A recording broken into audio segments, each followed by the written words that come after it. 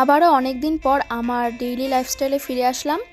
কথাটা বলার কারণ, যেহেতু আমি নদিয়াতে ছিলাম শ্বশুরবাড়িতে, তাই অনেক দিন পর ছুটি কাটিয়ে চলে এসেছি কোচবিহারে। তো এখানে আমার একার সংসার। তো আজকে এই মিনি ভ্লগের মাধ্যমে তোমাদের সাথে অনেক গল্প করব। যেহেতু দুদিন আগে আমরা কোচবিহারে এসেছি, আর বাড়িতে না থাকলে তো তোমরা জানো বাড়ির অবস্থা কেমন হয়।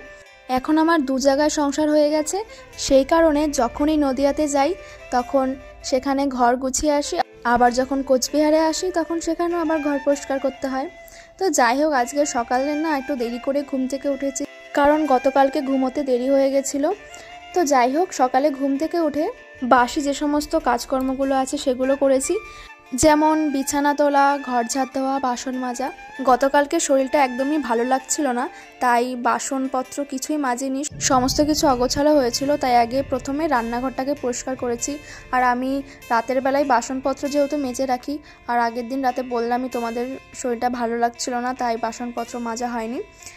সকালবেলা উঠে যদি দেখা হয় যে রান্নাঘরটা পরিষ্কার আছে, তাহলে কিন্তু মনে একটা শান্তি আসে, আর কাজ করার এনার্জিটা খুব বেড়ে যায়। তো রান্নাঘরে এসে ভাবছি কি রান্না করব। গতকালকে আমরা দুজনে মিলে বাজারে গেছিলাম, তো সেখান থেকেই কিছু শাকসবজি নিয়ে এসেছিলাম। তো আজকে ভাবলাম টমেটো যেহেতু রয়েছে, তাই টমেটো দিয়ে মুসুর ডাল করব।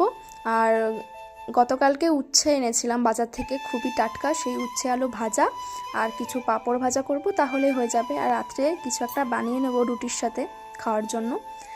তো যেহেতু টক ডাল হচ্ছে, তাই কিন্তু সর্ষে ফোড়ন দিতে হবে।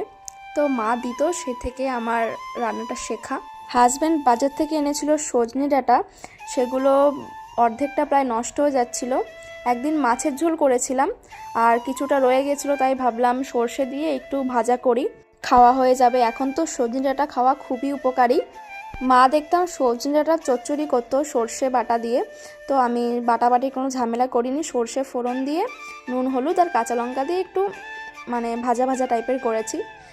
আজকে আমি এই সিম্পল রান্নাবান্নাই করেছিলাম। রান্নাটা সাধারণ হলে কি হবে, খেতে কিন্তু অসাধারণ ছিল। তো এইসব রান্না খাওয়া পেটের জন্য খুবই উপকারী। যাই হোক, রান্নাবান্না হয়ে গেলে আগে খাওয়া দাওয়াটা করে নিয়েছি, তারপর কিছুটা রেস্ট নিয়ে স্নান টান করে পুজো দিয়ে নিয়েছি। তো এখন প্রায় দুপুর হয়ে গেছে, প্রায় 3-3:30 মতো বাজে। তো বর স্কুল থেকে চলে এসছে, আসার সময় নিয়ে এসেছিলো আইসক্রিম। আর এখন যেহেতু গরম পড়েই গেছে, এখন তো আইসক্রিম খেতে খুবই ভালো লাগবে। তো দেখো, কথা বলতে বলতে সন্ধ্যা হয়ে গেছে, তো সন্ধ্যাটা আমি এখন দিয়ে দেব। আর সন্ধ্যার আগেই না দরজা জানলাগুলো বন্ধ করে দিই, নাহলে প্রচণ্ড মশা আসে বাইরে থেকে। তো দরজাটা বন্ধ করে দিলে আর মশাটা ঢুকতে পারে না ঘরে। অনেকদিন যেহেতু বাড়ির বাইরে